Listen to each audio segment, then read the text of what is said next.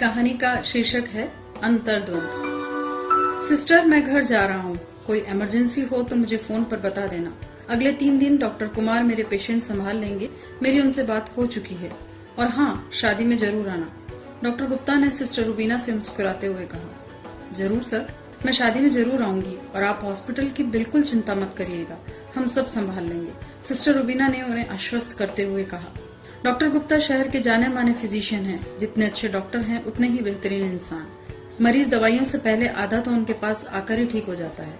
हर मरीज से पहले वो धैर्यपूर्वक बात करते हैं, सारी समस्या सुनने के बाद ही दवाइयाँ लिखते हैं। अपने पेशे को पूरी तरह समर्पित डॉक्टर साहब की जिंदगी में उनके पेशेंट्स हमेशा पहले नंबर पर आते हैं। 12 वर्ष की छोटी सी उम्र में उनके सर से पिता का साया उठ गया। स्कूल अध्यापिका के रूप में काम करने वाली उनकी माँ ने पूरी मेहनत और लगन से अकेले ही उनका पालन पोषण किया, मगर बेटे ने भी उनकी मेहनत का अच्छा प्रतिफल दिया, एक सफल डॉक्टर बनकर। फिर सही समय पर अंजलि उनके जीवन में पत्नी के रूप में आई। अंजलि स्वभाव से शांत और सेवा भावी थी। डॉक्टर गुप्ता की माँ को वो पूरा आदर और सम्मान देती थी। दोनों बच्चे, बेटी रूही और बेटे मोहित के साथ अंजलि अपना घर संसार बहुत खूबसूरती से संभालती थी। बच्चों का खेलना पढ़ना सब कुछ एक निश्चित दिनचर्या से बंधा था। डॉक्टर साहब भी बच्चों की पढ़ाई पर विशेष ध्यान देते थे, क्योंकि उनका मानना था कि अगर जीवन में संघर्ष से बचना है तो अपनी पढ़ाई पर पूरा ध्यान देना चाहिए। शायद जो संघर्ष उन्होंने खुद देखा था, अपने बच्चों को उससे बचाना चाहते थे। बेटा मोहित जहाँ स्वभाव से गंभीर था, वहीं बेटी रूही बेहद चंचल। सारा दिन यहाँ से वहाँ घूमती रहती। रूही अपनी दादी की बेहद लाडली थी।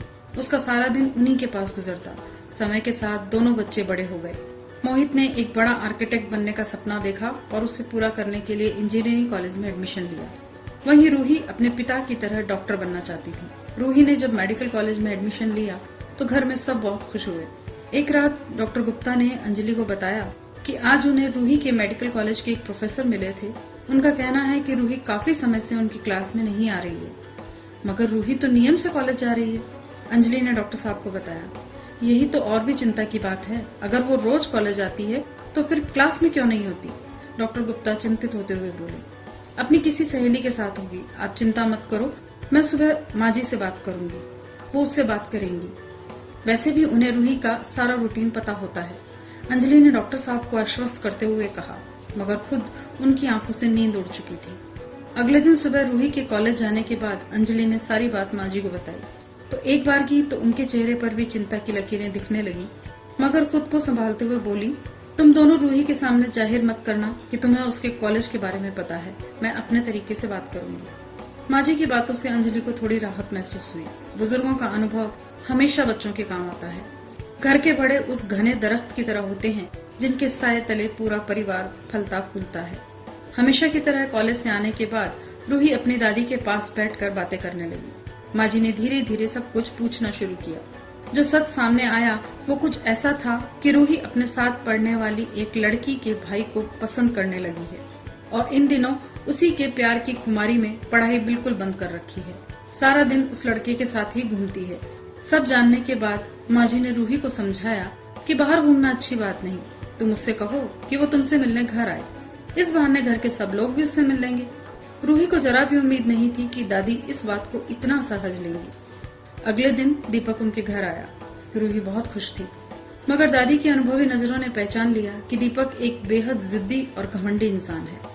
वो ना बड़े बुजुर्गों को सम्मान दे सकता है, ना ही छोटों को प्यार।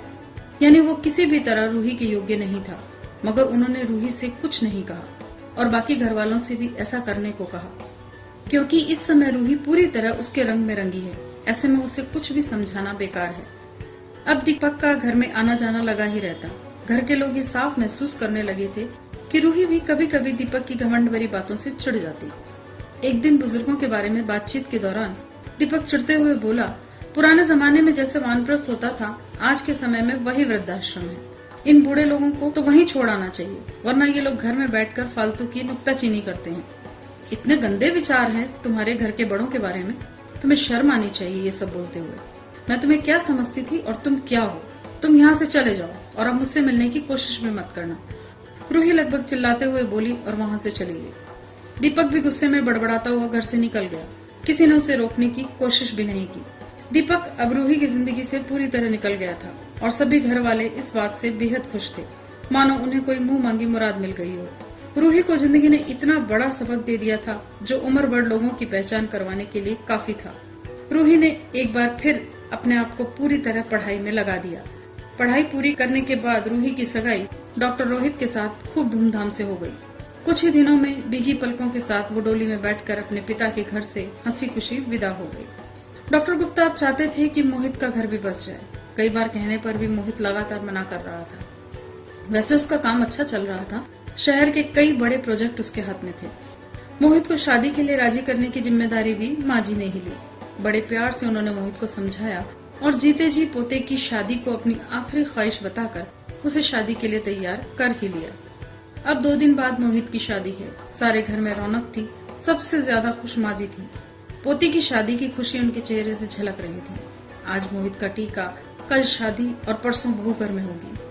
माँ जी ने चहकते हुए अंजलि से कहा और दोनों खुलकर हंस पड़ी। सारे मेहमान आ चुके थे। सारा घर दुल्हन की तरह सजावट से जगमगा रहा था। टीके की तैयारी में जुटी अंजलि हर काम माँ जी से पूछ कर रही थी। आज सुबह से ही माँ जी को अपनी तबीयत कुछ ठीक नहीं लग रही थी, मगर उन्होंने इसे शादी की थकान समझकर नजरअंदाज कर दिया। मोहित के टीके की रस्म बहुत अच्छी तरह पूरी हुई। सारे मेहमान बेहतरीन इंतजाम और लजीज खाने की तारीफ करते रहे। सब लोग बहुत खुश थे। सोते समय अंजलि माँ जी को दूध देने के लिए उनके कमरे में गई तो उसने महसूस किया कि माँ जी कुछ परेशान हैं। पूछने पर माँ जी ने कुछ खास नहीं कहकर टाल दिया, मगर अंजलि को उनके जवाब से संतुष्टि नहीं हुई और वो वहीं उनके पास बैठ गई। अंजलि ने महसूस किया कि माँ जी को सांस लेने में तकलीफ हो रही है। अंजलि ने डॉक्टर गुप्ता को जगाया। कुछ देर बाद माँ जी अस्पताल के आईसीयू में थी। डॉक्टरों के अनुसार उन्हें दिल का दौरा पड़ा था।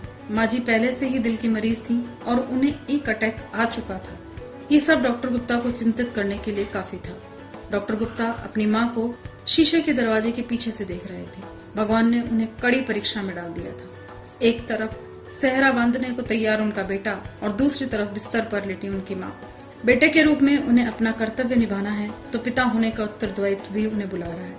बेटे के पैदा होते ही हर पिता उसकी शादी का सपना सजा लेता है, मगर डॉक्टर गुप्ता का सपना ऐसे पूरा होगा ये तो उन्होंने नहीं सोचा था।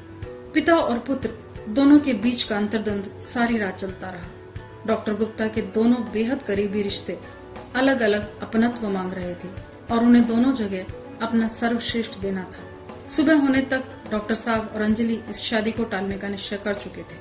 अगली सुबह माँ जी को होश आ गया, मगर अभी भी वो खतरे से बाहर नहीं थी। माँ जी ने धीमी आवाज और इशारों से शादी के बारे में पूछा तो डॉक्टर गुप्ता ने उन्हें शादी टालने के बारे में बताया, पर माँ जी ने इस बात से साफ इनकार कर दिया। उनके अनुसार जब सारी तैयारियां हो ही चुकी हैं तो शादी तय मुहूर्त में ही होनी चाहिए। अंजलि और डॉक्टर साहब को ना चाहते हुए भी माँ जी की बात माननी पड़ी। मेहमानों से भरे घर में शादी की सारी रस्में तयशुदा तरीके से हुई, मगर अंजलि हर जगह माँ जी की कमी महसूस कर रही थी। बारात घर से रवाना हुई तो सभी मेहमान खुशी से नाच रहे थे। डॉक्टर साहब हर संभव सामान्य होने की कोशिश कर रहे थे, मगर ये उनके लिए बहुत मुश्किल हो रहा था। शादी के बाद जब दुल्हन घर आई तो डॉक्टर गुप्ता ने मोहित को सब सच बता दिया। अब तक उसे यही पता था कि दादी की कोई रिश्तेदार बहुत सख्त बीमार हैं और दादी उन्हीं के पास है। मोहित दुल्हन के साथ तुरंत अस्पताल पहुंचा। वहाँ दादी की हालत देखकर फूट फूट कर रोने लगा। माँ जी ने पोते और दुल्हन को ढेर सारा आशीर्वाद देकर हॉस्पिटल से विदा किया। माँ जी की हालत सुधरने के बजाय बिगड़ती जा रही थी। डॉक्टर की दवाइयों का कोई असर नहीं हो रहा था। डॉक्टर गुप्ता ने अपने जीवन में हजारों पेशेंट्स का इलाज किया था, मगर आज वो खुद बहुत घबरा रहे थे। आखिर माँ जी की जिंदगी मौत से हार गई। मेहमानों से भरे घर में गम का सन्नाटा पसर गया। डॉक्टर गुप्ता के तो मानो सर से छत छिन गई हो। सारे शहर में एक चर्चा थी कि डॉक्टर गुप्ता की माताजी नहीं रही, मगर डॉक्टर साहब ये सोच रहे थे कि कल तक जब माँ जीवित थी तब तक उनकी पहचान एक बेटे के रूप में थी, मगर आज उन्हें बेटा कहकर पुकारने वाली आवाज नहीं रही, प्यार से सिर सहलाने वाले हाथ नहीं रहे। सही मायने में तो आज एक बेटा नहीं रहा। आज के बाद समाज में उनकी पहचान सिर्फ एक पिता और पति के रूप में रहे।